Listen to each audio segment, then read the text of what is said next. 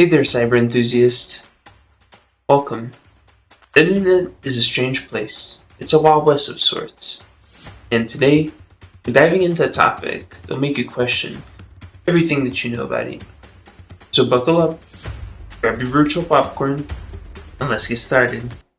Remember those days when you needed a quick disposable email address? You just want to sign up for an account really quick, but they require an email, so you just go type in temp email account, and you navigate to a website like this that presents you with a simple email address that will self-destruct in an hour. What's not to like about that? Right? Well, the problem is that the domain name, it's a dead giveaway, right? Those domain names, they're going to stick out like a sore thumb, and they're going to be as subtle as a sledgehammer. But what if I told you that there's a service that revolutionized this concept? A service that lets you keep your double life, but in a more suave way. Kind of like James Bond. Well, meet Kopeechka, a brainchild of an ingenious, dare I say, dubious idea. Instead of creating a new sketch email address, Kopeechka lets you rent out legit email accounts from major providers like Google and Apple. Talk about an upgrade, right? Now, you might ask yourself, how does Kopeechka do this? Well, it's not a complex operation involving a room full of hackers furiously typing on their keyboards. Instead, Kopeechka operates a little bit like a modern day Robin Hood. People come and they offer up their accounts, or they get embedded into an app, and then Kopeechka, for pennies on the dollar, like for fractions of a penny on the dollar, will deliver the authentication messages right through the panel. So, they're renting out these email addresses to the customers while maintaining the control of the email inboxes. Now, imagine you're renting a car, but the owner won't let you change the radio station or adjust the seat. It's strange, it's clever, and it's a little unsettling at the same time. Well, you're probably wondering what the cost is. And they're not breaking any banks here. They charge a fraction of a penny for access to account confirmation links. But before you get too excited about this bargain, let's talk about the risks. Imagine the chaos if you lose control of your email address. Your personal information could be at risk, not to mention the barrage of spam and possible involvement with cybercriminal activities. It's like lending your car to your friend who turns out to be a getaway driver. Sure sounds like the plot of a cybercrime thriller, doesn't it? Well, it's not fiction. Just ask the folks at social media network Mastodon. They found themselves in a sticky situation when new registration suddenly skyrocketed from 3 a minute to about 900 a minute. And the culprit? Spammer using Kopeechka. It's a stark reminder that while Kopeechka may seem like an innovative service, it is playing with fire in a world already filled with cyber threats. So where does this leave us? Well, with great power comes great responsibility, and the same applies in our digital lives. As appealing as it may seem to ditch your cool temporary email address for a sleek Google or Apple account, remember that the rose has its thorns. Kopeechka may seem like a shiny new toy in the cyber world, but it's Pandora's box of potential cyber threats. So next time you need a temporary email address, think twice. Is it worth the risk? Or would you rather stick with supercoolhacker437 at ilovefreeemail.com? Ask yourself that. But this isn't just about one service. It's a wake-up call to the constant evolution of the cyber world. Cybersecurity is not a static field. It's a cat and mouse game between those who seek to protect digital spaces and those who seek to exploit them. Services like Kopeechka are a reminder of the creativity and persistence of cybercriminals. It emphasizes the need for robust cybersecurity measures and visual monitoring, and a user awareness. So now comes the demo part of the video, which I show you what the control panel looks like and how you could sign up for different accounts if you wanted to. So this is the first welcome screen that you'll see whenever you sign up for an account. Let's do it. Now it's saying, let's go. Understand. It's clear. So now we come on to this next page, which we're going to select what kind of email do we need. Are we going to set up a service that's going to deliver emails or sign up for accounts?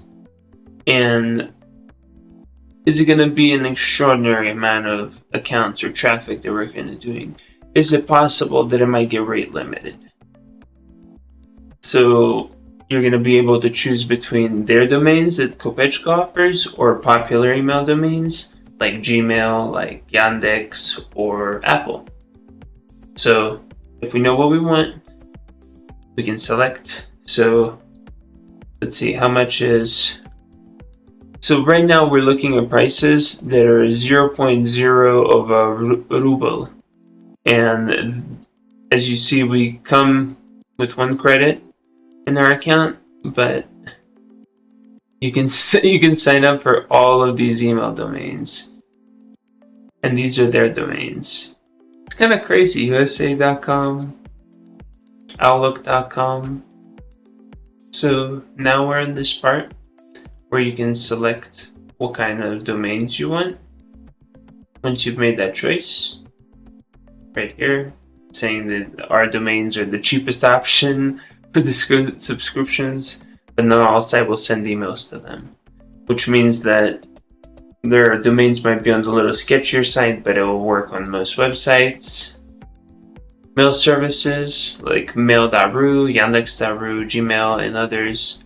These are the popular emails, but they're more expensive and they're suitable for all services. It says, we advise you to use email only once. Access is guaranteed only for the first 20 minutes after activation. Then, by chance, oh my god, that's funny. We choose gmail.com for our tests. Okay, then it says, after payment, the mail will appear in the active tables. Okay, understood. Report these numbers to support if something goes wrong. So that's the ID of your request. Then we have site, which we're waiting. So if you signed up for like super cool hacker website or super cool hacker forum, then this would say supercoolhackerforum.com, and then it's clear. This is the email that we would enter into the website to sign up. And then we would wait for the link right here, which is where it would appear. And this is how we can indicate, well, we'll see if it's what the status is. And as soon as the confirmation arrives, it'll immediately appear. And then this right here, which says Udali, it can be like to remove the actual entry from the dashboard. Okay, the mail is ready and waiting for a message from the service you have chosen. Next, you need to go to the site and then enter your mail there and send us a message. Okay, so kind of already what I said. Fine, if you have entered your email on the site, then in a few seconds the message will come. In this case, we need to open the message completely and get the required code. So you can immediately see the confirmation code and the status if you use regular expression. And then this allows you to open the entire email, open a new message, and then remove it from the table. Okay, let's do it. This is how you can view the full email. And for instance, if you need to click on the link, you can click the link right there. Training completed. Close email.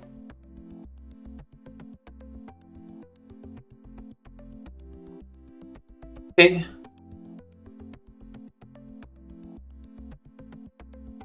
And this is where you would enter the site name. So let's try